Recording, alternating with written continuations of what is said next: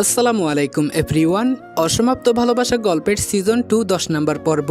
তো চলো বেশি কথা না বলে গল্প শুরু করা যাক। কানাডার মাটিতে চাকা ছুতেই প্লেনটা হালকা ঝাঁকুনি খেলো। জিয়ান গভীর শ্বাস নিল। আরেকটা ফ্লাইট শেষ, আরেকটা দিন শেষ। এক একটা দিন যেন জিয়ানের কাছে দীর্ঘ একটা বছরের মতো। হয়তো কোনো একদিন কোনো এক আকাশের নিচে দুজনেই বুঝবে সব বিচ্ছেদ মানেই হারিয়ে যাওয়া নয়, কিছু গল্প কেবল পাশাপাশি চলতে থাকে একই সময়ে, তবে ভিন্ন জীবনে।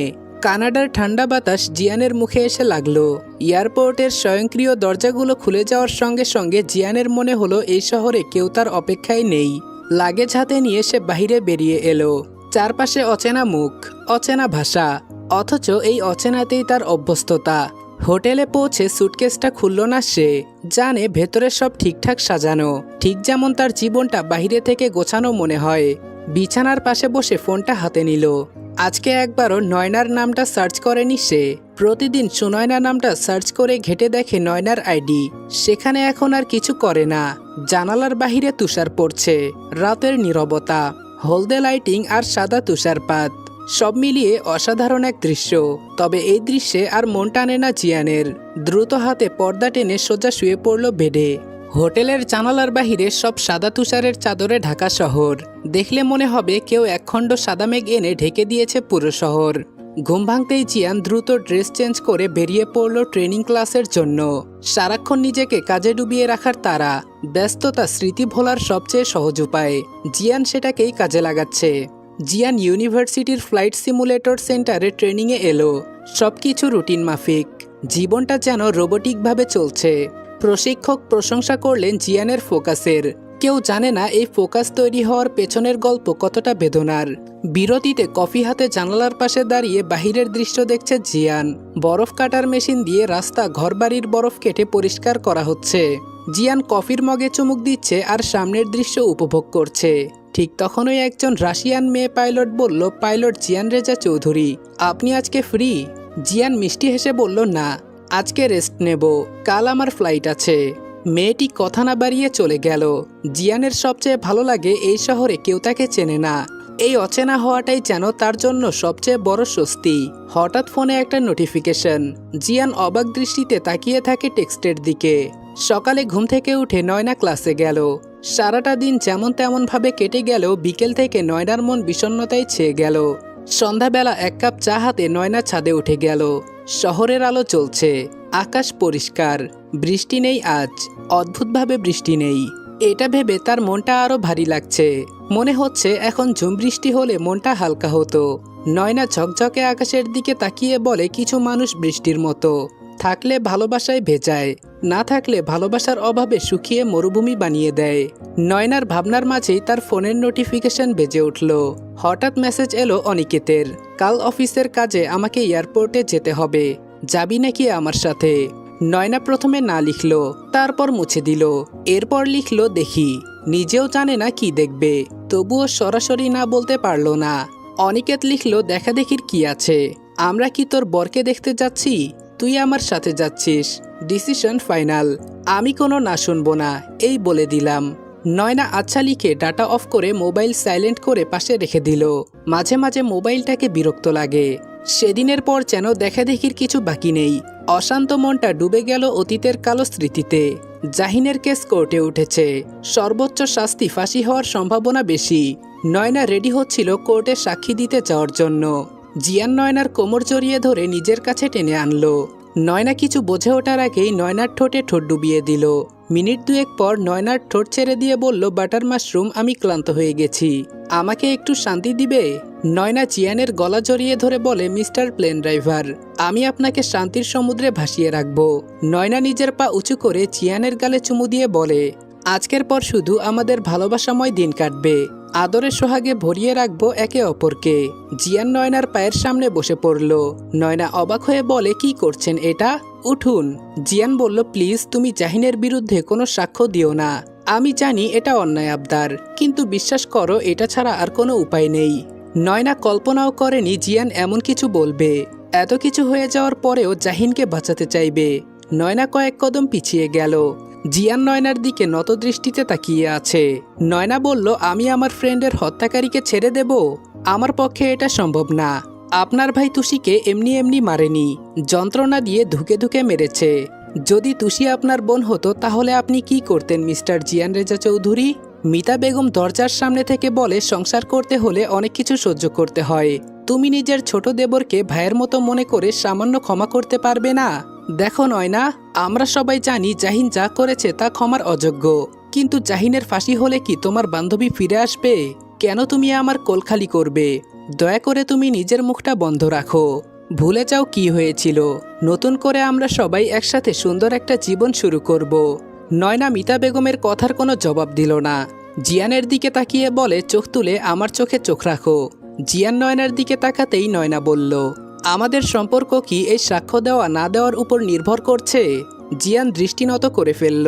নয়নার আগে গর্জে উঠে বলে, কাপুরুষের মতো দৃষ্টি সরিয়ে নিচ্ছ কেন? চোখে চোখ রেখে হ্যাঁ বা না উত্তর দাও। জিয়ান তবুও চুপ করে রইল। নয়না জিয়ানের আরও কাছে এসে জিয়ানকে জড়িয়ে ধরে বলে, আমি একজন বীরপুরুষকে বিয়ে করেছিলাম, আর আজকে একজন কাপুরুষকে ছেড়ে যাচ্ছি। এটা বলেই হিজাবের শেষ পিনটা আটকে রুম থেকে বের হওয়ার জন্য পা বাড়ালো। জিয়ান নয়নার হাত ধরে বলে, প্লিজ যেও না, আমি তোমাকে ভীষণ ভালোবাসি। তুমি চলে গেলে আমি শূন্য হয়ে যাব। আমাকে শূন্য করে দিয়ে চলে যেও না।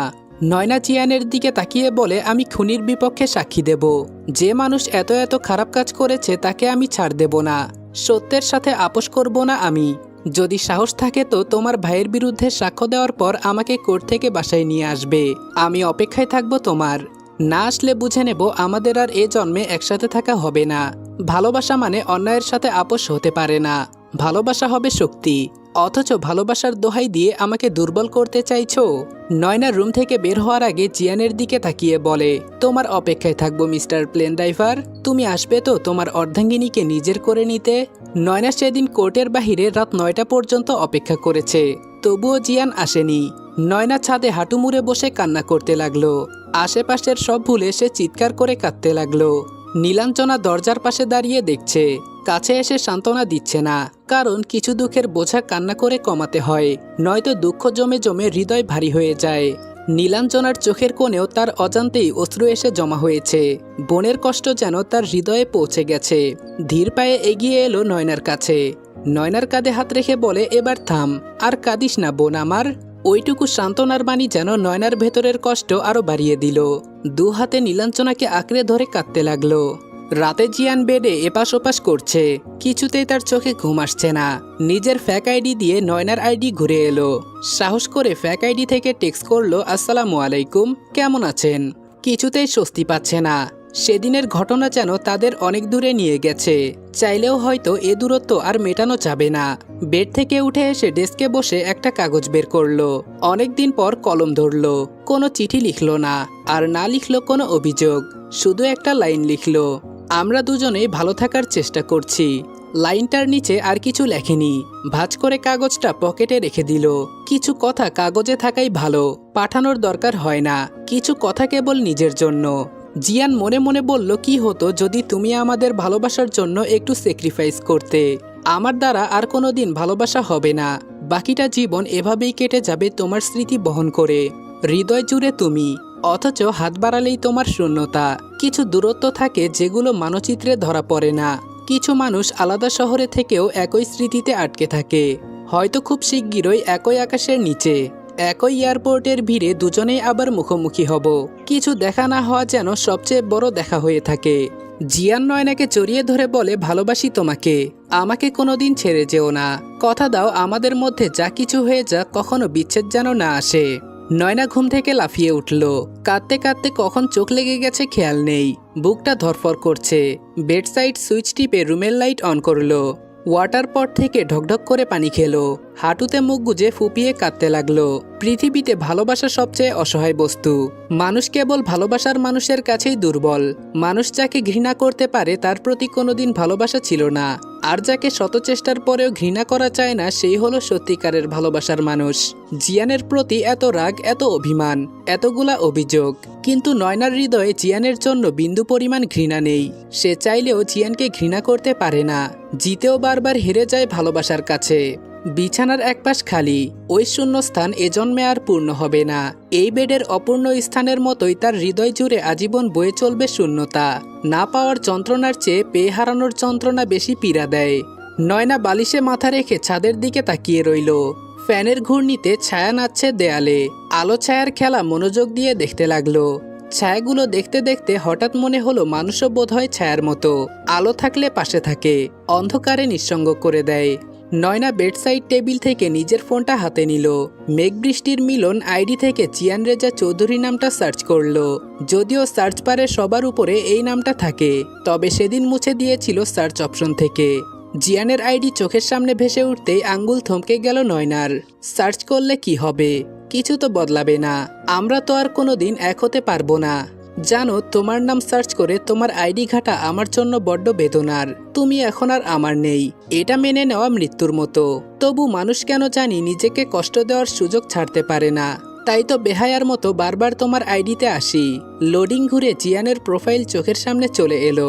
নয়না খেয়াল করলো জিয়ান ডিপি বদলেছে। আকাশের ছবি দেওয়া, ছবিটা মনোমুগ্ধকর।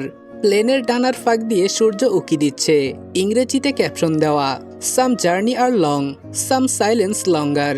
কতক্ষণ প্রোফাইল ঘেটে জিয়ানের পোস্টগুলো দেখলো। ডিপি চেঞ্জ করা ছাড়া নতুন কিছুই নেই। পোস্টগুলো প্রায় তার সব মুখস্থ, তবুও মনের সাথে যুদ্ধে পরাজিত হয়ে বারবার চলে আসে। নয়না ফোনটা উল্টে বালিশের পাশে রেখে দিল। চোখ ভিজে উঠেছে। কান্নার সাথে যেন অবিচ্ছিন্ন সম্পর্ক গড়ে উঠেছে নয়নার। জিয়ান বিমানের সিটে চোখ বন্ধ করে ঘুমানোর চেষ্টা করছে।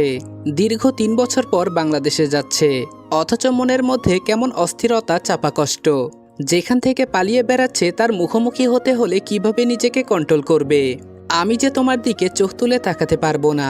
তোমার দৃষ্টিতে দৃষ্টি মেলানোর যোগ্যতা আমার নেই। আমি কাপুরুষ, তোমার অযোগ্য, পৃথিবীর সবচেয়ে ব্যর্থ পুরুষ। আমি যে নিরুপায় ছিলাম, অথবা নিরুপায় হওয়া কেবল বাহানা। জিয়ানের চোখের সামনে ভেসে উঠল সেদিনের সেই অভিশপ্ত রাতের কথা। জিয়ান বলল, আম্মু, আমি কিছুতেই এমন কিছু করব না। আর সুনয়নাকে তো এসব বলার প্রশ্নই ওঠে না। অন্যায়ের সাথে কোনো আপোষ নেই। মিতা বেগম বললেন, আমি আমার দুধের ঋণের শোধ চাই। আমি আমার মাতৃত্বের ঋণের শোধ চাই। 2 দিনের বউ তোর কাছে আপন? আর যে মা তোকে 10 মাস 10 দিন গর্ভে ধারণ করলো, লালন পালন করলো, সে কিছুই না? জিয়ান বলল, আম্মু, তুমি এতটা নিচে নামছো? মিতা বেগম বলল, হ্যাঁ, নামছি। আমার সন্তানের জন্য আমি এর চেয়েও নিচে নামতে পারি। আমি বেঁচে থাকতে আমার ছেলের লাশ দেখতে পারবো না।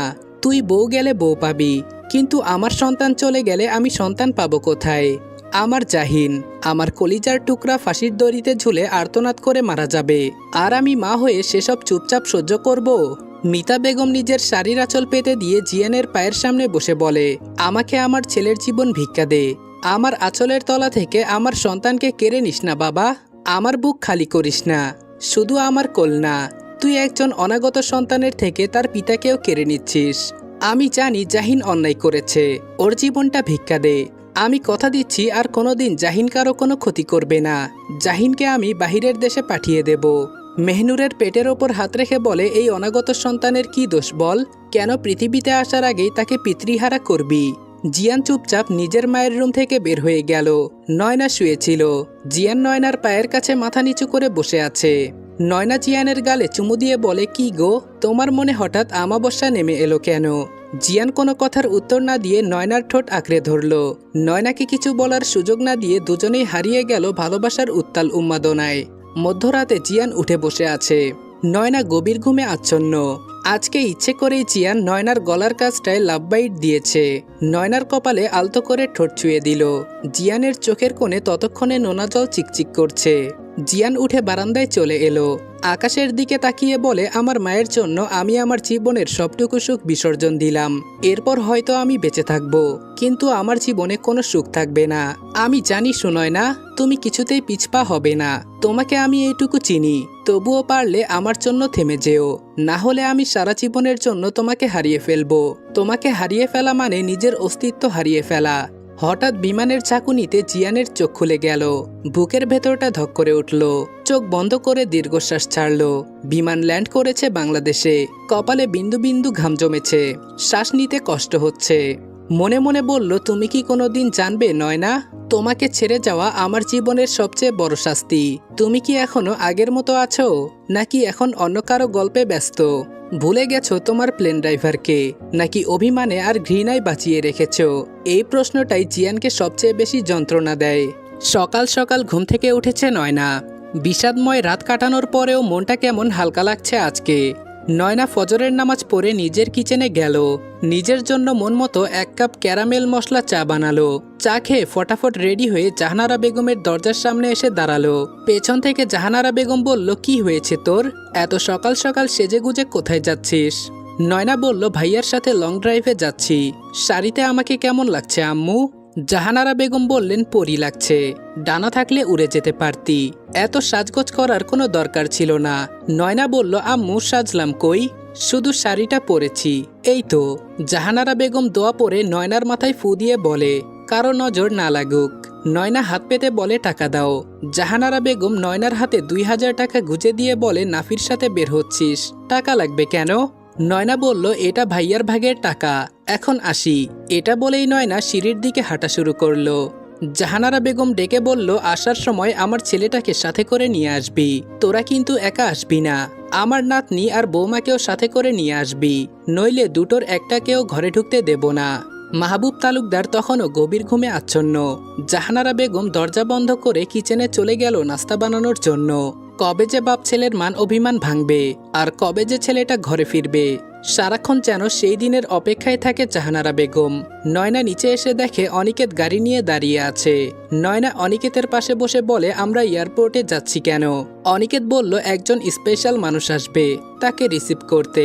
নয়না গাড়ির পেছনের সিটে তাকিয়ে বলে, ভাবি জানে না? মানে এত বড় ফুলের তোড়া নিয়ে তুমি কোন মেয়েকে ওয়েলকাম করতে যাচ্ছ? অনিকেত বলল, মুখ বন্ধ কর, গেলেই দেখতে পাবি। নয়না গুনগুন করে গান গাইছে। অনিকেত নয়নার গাওয়া গানটা ভিডিও রেকর্ড করলো। নয়না বলল, ভাইয়া তুমি ভিডিও করছো কেন? অনিকেত বলল, আমার বোনের এত সুন্দর কণ্ঠ সবাইকে জানাতে হবে না। নয়না বলল, একদম না, তাড়াতাড়ি ডিলিট করো, নয়তো ভাবির কাছে বিচার দেব কিন্তু। অনিকেত বলল, কে ভাবি? আমি তো কোনো ভাবিকে চিনি না। নয়না বলল, আচ্ছা এই কথা, এখনই ভাবিকে কল করছি, দাঁড়াও। অনিকেত বলল, এই না, আমি তো বসে আছি, দাঁড়াতে পারবো না। তোর লজ্জা করে না বড় ভাইকে ব্ল্যাকমেল করতে? নয়না বলল, না করে না। অনিকেত বলল, পোস্ট ডান, আজকে তোর কাছে অনেক ফ্রেন্ড রিকোয়েস্ট আসবে, তোকে দেখে আজকে সবাই পাগল হয়ে যাবে। নয়না বলল, ডিলিট করো, এসব ঠিক না। অনিকেত বলল, ঠিক বলেছিস, একদম ঠিক না, তুই চুপচাপ গান গাইতে থাক, আমি শুনি। নয়না বলল, কত শখ, আর গাইবো না। ড্রাইভার তার গন্তব্যে এগিয়ে যাচ্ছে। গাড়ির ব্যাক সিটে ভাই বোন গল্প করছে। অনিকেত বলল, আম্মু কেমন আছে? নয়না বলল, আমি বলবো কেন, এত জানার ইচ্ছে হলে নিজে গিয়ে খোঁজ নাও। অনিকেত বলল, আমি কোনোদিন ওই বাসায় ফিরবো না, আমার জন্য সেটা লজ্জাজনক। আমার সন্তান যখন জানতে পারবে তার পিতার পরিবার তাকে কতটা তুচ্ছ তাচ্ছিল্য করেছে, তখন তাদের মনে খারাপ প্রভাব পড়বে। এর চেয়ে বাকিটা জীবন এভাবেই কাটিয়ে দেব। নয়না বলল, তুমি জানো আম্মু অনেক চেয়েছিল তোমাকে রাখতে, কিন্তু বাবা আর দাদা ভাই রাজি হয়নি। আচ্ছা ভাইয়া, তুমি প্রথম কিভাবে জানলে বাবা মায়ের পরিচয়? অনিকেত বলল, তোর সাথে দেখা হলে আমি অন্যরকম একটা টান অনুভব করতাম। এর আগে কখনো কারো জন্য এমন টান অনুভব হয়নি। তোর কষ্ট দেখলে কেমন নিজের ভেতরটা হাহাকার করে উঠত। কারো কাছে সেসব প্রকাশ করাও সম্ভব ছিল না, কারণ সবাই আমার অনুভূতিকে কুলসিত করত। যেদিন কোর্টের বাহিরে রাত 9টা পর্যন্ত তুই দাঁড়িয়েছিলি, শেষে যখন হাঁটু মুড়ে কান্না করছিলি, ইচ্ছে করছিল জিয়ানের শরীর থেকে মাথা আলাদা করে দেই। এরপর বাসায় এসে এসব নিয়ে ভাবতে লাগলাম। তারপর একের পর এক সূত্র ধরে এগিয়ে যেতে লাগলাম। মাহবুব তালুকদার লোকটা পেছন থেকে সবসময় আমাকে সাপোর্ট করেছেন। একটা অনাথ আশ্রম থেকে ভালো কলেজে পড়া, কোচিং থেকে ভালো মেডিকেলে চান্স পাওয়া, পড়াশোনার খরচ একটা আঙ্কেল দিতেন। আমি তার ওপর নজর রাখা শুরু করলাম। তার ব্যাংক লেনদেন খতিয়ে দেখতে গিয়ে মাহবুব তালুকদার নামটা হাইলাইটে আসে। এরপর আর বেশি সময় লাগেনি সবটা বুঝতে। নয়না বলল, তুমি বিশ্বাস করো, আম্মু জানতো না তুমি বেঁচে আছো। বাবার সামনে এ নিয়ে তুমুল ঝামেলা হয়, তখন আমিও বিধ্বস্ত। আম্মু কঠিন সিদ্ধান্ত নিল বাবাকে ডিভোর্স দেবে। একটা বাজে পরিস্থিতির মধ্যে আরও একটা বাজে পরিস্থিতি। আমি সহ্য করতে না পেরে সুইসাইড করার চেষ্টা করি, কিন্তু আমি নিজেকে মারতে গিয়ে নিজের সন্তানটাকে মেরে ফেললাম। আমি যখন হসপিটালে তুমি নিয়মিত আমাকে দেখতে আসতে, বারবার তোমাকে চোখের সামনে দেখতে দেখতে আম্মুর সন্দেহ হয়। এরপর কৌশলে তোমার মাথার চুল সংগ্রহ করে ডিএনএ টেস্ট করায়। তারপর তো বাকিটা আম্মুর কাছে পানির মতো পরিষ্কার হয়ে যায়। তিক্ত অতীত মনে করলেই নয়নার বুকটা হাহাকার করে ওঠে তার অনাগত সন্তানের জন্য, যে এই পৃথিবীর আলো দেখতে পায়নি। তার ভুলের জন্য তার অস্তিত্ব পৃথিবীতে আসতে পারেনি। নয়না কান্না করছে। অনিকেত নয়নার চোখের পানি মুছে দিয়ে বলে, কাঁদিস না বোন, তার হয়তো হায়াত ছিল না, তাই সে এই পৃথিবীতে আসতে পারেনি। নিজেকে দোষ দিস না, নতুন করে জীবনটা শুরু কর, সব ঠিক হয়ে যাবে। নয়না বলল, ভাইয়া আমি কি করে জিয়ানকে ভুলে যাব? আমার প্রতিটা নিঃশ্বাস, প্রতিটা দীর্ঘশ্বাস, হাসি কান্না সবকিছুতেই ওই মানুষটা জড়িত আছে। আমি শত চেষ্টা করেও তাকে ভুলতে পারছি না। অনিকেত বলল, তাহলে ভোলার চেষ্টা করিস না। আমরা স্মৃতি থেকে যা মুছে ফেলতে চাই তাই স্মৃতিতে প্রখর হতে থাকে, বরং স্মৃতি বহন করেই নতুন স্মৃতি তৈরি কর। একসময় সুখের স্মৃতির প্রলেপে ওসব তিক্ত অতীত চাপা পড়ে যাবে। গাড়ি এসে থামলো এয়ারপোর্টের সামনে। অনিকেত নয়নার দিকে টিস্যু বাড়িয়ে দিয়ে বলল, তোকে সাক্ষাৎ পেতনি লাগছে। ভালোভাবে চোখ মুখ মুছে ফুলের তোড়াটা হাতে নিয়ে নায়িকা স্টাইলে হেঁটে আয়। জিয়ান এয়ারপোর্টের সব ফর্মালিটি পূরণ করে বের হওয়ার জন্য সামনে এগিয়ে আসছিল। হঠাৎ তার পা থেমে যায়। নয়নাকে চিনতে তার 1 সেকেন্ডও সময় লাগেনি। জিয়ানের চোখ দুটো নিজের অজান্তেই ভিজে ওঠে। সে মনে মনে ভাবে, আমি তো তোমাকে বলে আসিনি, তবুও তুমি আমাকে গ্রহণ করতে এসেছো। আমি কি এতদিন নিজেকে তোমার থেকে অকারণেই দূরে সরিয়ে রেখেছি? জিয়ান দুহাত প্রসারিত করে সামনে দাঁড়িয়ে থাকে। নয়না দৌড়ে আসছে। জিয়ান বড় একটা ধাক্কা খেলো যখন দেখলো নয়না তার পাশ কাটিয়ে ফুল নিয়ে দৌড়ে সামনের দিকে চলে যাচ্ছে। সে যেন মুহূর্তেই হার্টে গুলিবিদ্ধ হলো। ঠিক এমন এক অসহ্য যন্ত্রণা অনুভব করলো সে। অনিকেত জিয়ানের সামনে এসে থমকে দাঁড়ালো। দুজনের দৃষ্টি নিবদ্ধ হলো একে অপরের ওপর। মুহূর্তেই অনিকেতের চোয়াল শক্ত হয়ে গেল। অনিকেত নিজেকে সংযত করে সামনের দিকে এগিয়ে যাওয়ার জন্য পা বাড়ালো। জিয়ান বিধ্বস্ত কণ্ঠে ডাকলো, অনিকেত। অনিকেত বলল, কে আপনি? আমার নাম ধরে ডাকছেন কেন? জিয়ান বলল, আমি জানি তুই আমাকে চিনতে পেরেছিস। ভুলে গেছিস? আমরা বলেছিলাম যাই হয়ে যাক আমরা সব সময় একে অপরের পাশে থাকব। অনিকেত বলল, সরি স্যার, আমি আপনাকে চিনি না, ডোন্ট ডিস্টার্ব। অনিকেত চলে গেল। জিয়ান সেভাবেই দাঁড়িয়ে দেখছে, কাছের মানুষ কিভাবে দূরে সরে যায়, সবচেয়ে প্রিয়জন কিভাবে অপরিচিত হয়ে যায়, ভালোবাসা কিভাবে মিথ্যে হয়ে যায়। জিয়ানের অনিচ্ছা সত্ত্বেও তার চোখ থেকে দুফোঁটা অশ্রু গড়িয়ে পড়ল। ওই দুফোঁটা অশ্রু কি তার হৃদয়ের ক্ষত প্রকাশ করতে পারছে? নয়না সূচনাকে জড়িয়ে ধরে বলল, তুই চলে এসেছিস, তোকে আমি অনেক মিস করেছি। সূচনা বলল, আমি তোমাদের একদম মিস করিনি, তোমরা সবাই আমাকে দূরে সরিয়ে দিয়েছ, আমি তোমাদের আর ভালোবাসি না। নয়না ফুলের তোড়া সূচনার দিকে বাড়িয়ে দিতেই ঈশান হাত বাড়িয়ে সেটা নিয়ে বলল, হে বিউটিফুল লেডি। নয়না কপাল কুঁচকে বলল, ডাক্তার ঈশান মির্জা আপনি? ঈশান বলল, আমি তো ডাক্তারি ডিগ্রির জন্য লন্ডনে গিয়েছিলাম। আমার ফেরার কথা শুনে ডাক্তার অনিকেত মাহমুদ আমাকে বলল এই সুইট পিচ্চিটাকে সাথে করে নিয়ে আসতে। আপনার চাচার চোখ ফাঁকি দিয়ে চুরি করে নিয়ে এসেছি। নয়না হাত বাড়িয়ে বলল, ধন্যবাদ ডাক্তার মির্জা। ঈশান বলল, ওয়েলকাম প্রিটি লেডি। সবাই একসাথে বাহিরের দিকে এগিয়ে গেল। জিয়ান পেছন থেকে তাকিয়ে দেখছে। নয়না কি তাকে দেখেনি নাকি চিনতে পারেনি? ডাক্তার ঈশানের সাথে কিসের সম্পর্ক নয়নার? অনিকেতের গাড়িটা চোখের আড়াল হতেই জিয়ান একটা সিএনজি ভাড়া করে উঠে বসল। জিয়ানের মনে হচ্ছে এক ছুটে এই শহর ছেড়ে পালিয়ে যেতে। এই শহরে বিষাদ ছাড়া তার জন্য আর কিছু নেই। আজকের ঘটনার পর তার মনটা যেন আরো ভেঙে গেল। ক্ষীণ যে আশার প্রদীপটুকু ছিল তাও যেন মুহূর্তে নিভে গেছে। মোবাইল বের করে নিজের আইডিতে ঢুকতেই অনিকেতের পোস্টার সামনে আসলো, unofficial singer princess Sunayana Talukdar. আপনারাও হারিয়ে যাবেন তার কণ্ঠের মোহে। জিয়ান বারবার গানটা শুনতে লাগলো। শাড়িটার দিকে তাকিয়ে তার দৃষ্টি স্থির হলো। এই শাড়িটা তো সেই গিফট করেছিল। নয়নার দিকে তাকিয়ে সে মনে মনে বলল, তুমি কি আমাকেই ডাকছো গানের সুরে, নাকি এখন সুর তোলো অন্য কারো ধ্বনিতে? আমি তোমাকে একবার জড়িয়ে ধরতে চাই, শুধু একবার বাটার মাশরুম।